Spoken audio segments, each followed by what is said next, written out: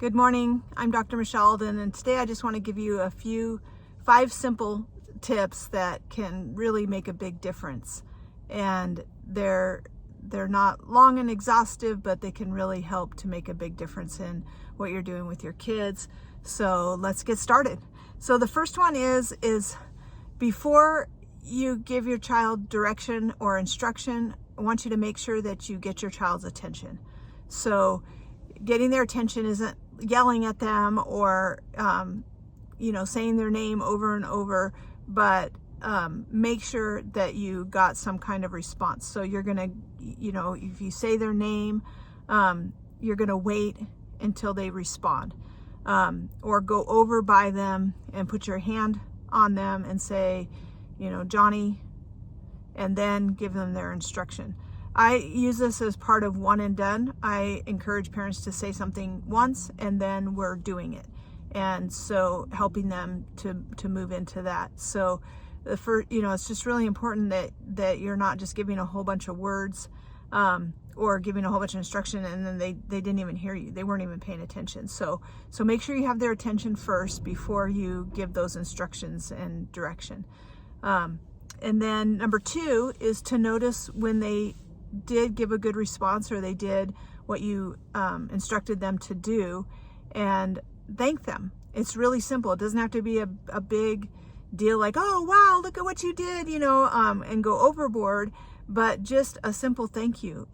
I work with parents all the time on giving good responses, which includes saying yes mom, and a lot of times the kids are doing it and the parents don't say anything, or if they do say something, because sometimes the kids are being a little bit snarky when they say it, or they're not saying it as quickly as parents would like. And so the parents are kind of, they don't even really acknowledge it, but it's okay to just say thank you. So if they say, yes, mom, it's like, thank you. And then we move on. So just remembering to thank them, especially if they do what you told them to do. I think there's a lot of times that, yes, it is the expectation that people are going to do what we ask them to do, and that's part of what we want to have happen in our homes.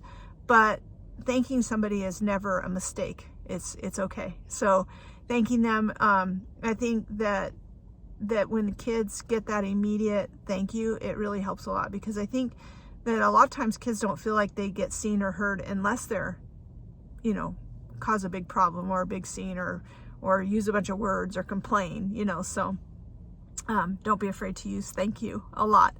The third one is to not ask questions. So I work with parents on this all the time. It will make things a lot easier if you don't ask. So there's a lot of different ways that parents ask. And one of the ones that I've been thinking about lately a lot is parents will, when they know something happened, they'll ask, like, why did you do that? Or what do you need to say? What do you need to say? What do you need to say? And that just, it wastes time, and it annoys the kids. It annoys anybody, really. Like if another adult was saying that to you, what do you need to say to me? We would not respond very well. So it's better to just give that response that you want. So for example, instead of saying, what do you need to say? When you want the child to say, yes, mom, you can just say, you need to say, yes, mom. Or if something happened and you know that the child did it, you don't need to ask, why did you do this? I was in a family the other night and one of the kids hit the other kids, and the parents were like, why did you do that? And everybody was right there. Like they knew why it happened. But on the other hand, it's like, what difference does it make? Like, even if the brother was annoying him, even if this happened, does it really matter? Like, what response do we really want the kids to have? Yes, you were frustrated. Yes, you were angry, but I don't need to ask you why. I can just say, I know you're frustrated, but that's not how we handle it. And this is what we're going to do. And so it's okay to be direct. And actually, a lot of parents are really worried that if they're direct like that it's going to be mean. But demanding answers to why questions, or getting into a situation where you're asking questions and the kids are not going to give you the answers that you want, they're going to say, I don't know, or they're not going to say anything, or they're going to shrug, or any of these things. It's like you're in a power struggle that you're you're on the losing end of it, and it's going to make you more frustrated. I have found that parents get more frustrated asking more questions and getting less and less of the answers that they want. So don't ask questions. Say what you know. As much as possible, try to avoid asking questions. And it just works. It'll make your life a lot simpler. So, and it's a lot easier to just say, instead of asking, where do these go when they're putting away dishes, just say, make sure you put those in the right drawer. Or, it's just amazing to me how much simpler your life will be when you're not feeling like you need to ask a lot of questions. And it's easier for the kids too. They don't like rhetorical questions. They don't like to answer questions that you know the answers to. So stop it. Number 4, model polite conversation and good manners. You need to be the model of that. You need to say please and thank you. And again, even when you're being directive, you can say, sit down, please. You don't need to say, I need you to sit down. You don't need to say it 5 times so that the last time you're like, sit down. You just can say, sit down, please. And you can say please and thank you and model those behaviors. And the other one that is a good model of polite behavior that a lot of parents, a lot of families really struggle with is taking things. So a kid will grab something from another kid, then the parent will grab it from that child and say something like, don't grab that away from somebody, So putting your hand out, saying, hand that to me, please, and waiting. I have tons of videos just about the power of waiting, and nothing else can happen until that thing happens. But you can still be polite about it. Again, you remember you're going to have their attention. You're going to use that. You're not going to ask questions like, why did you grab that, as you're grabbing it away from them. You're going to model that. You're going to ask them to give it to you.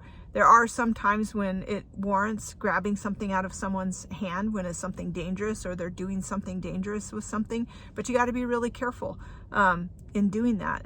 I'm a skilled martial artist, and we all know that when you're taking a weapon out of someone's hands, there's a good chance that you're going to get hurt too. So use that sparingly. But in using good manners and modeling that behavior, you're going to really work on, just using the same examples that you want the kids to live by. In our families, we get really sloppy about how we interact with each other. And so you may be like, oh, well, I'm always really polite when I'm with other people. And maybe your kids are polite when they're with other people.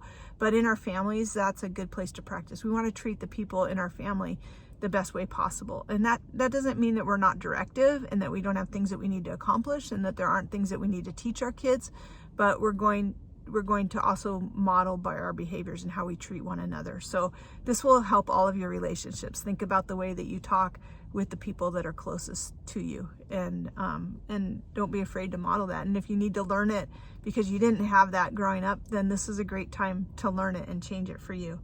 The fifth one is just to have fun doing these things together, even if it's chores. If you're directing things all day long and you're not interacting and having fun doing it, then your kids aren't going to have fun doing it either. And there's no reason for that. Everybody can do it together. It's fun. It's a project. And I know that might not seem like that if you're in a lot of chaos.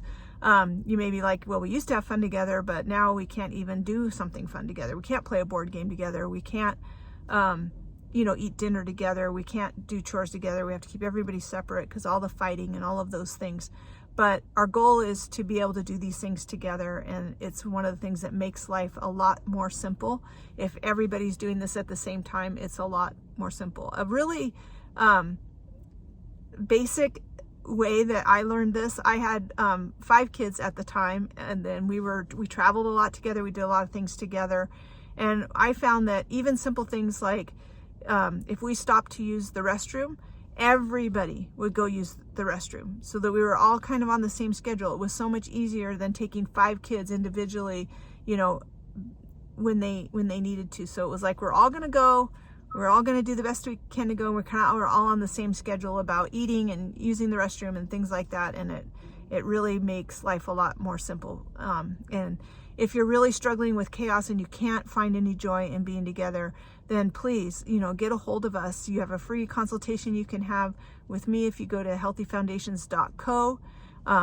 There's parent coaching, there's videos, there's a parent course, all kinds of help for you. So feel free to reach out to us in any way possible. So let me just go over those 5 things to make your life more simple. One is to get your child's attention before you start giving instructions or direction. Really watch if you're yelling across the room to tell them things. Number 2 is to notice when they did something that you asked them to do, or or they gave a good response, to say thank you. And number 3 is to not ask questions. Really watch how much you ask questions. Even saying okay at the end of when you tell them to do something, like, I want you to do this, and you're like, oh, okay. Don't need to ask that. Number 4 is to model those good behaviors and polite conversation and just being polite, good manners. And 5 is to have fun doing things together. And contact us if you need some help. Thank you.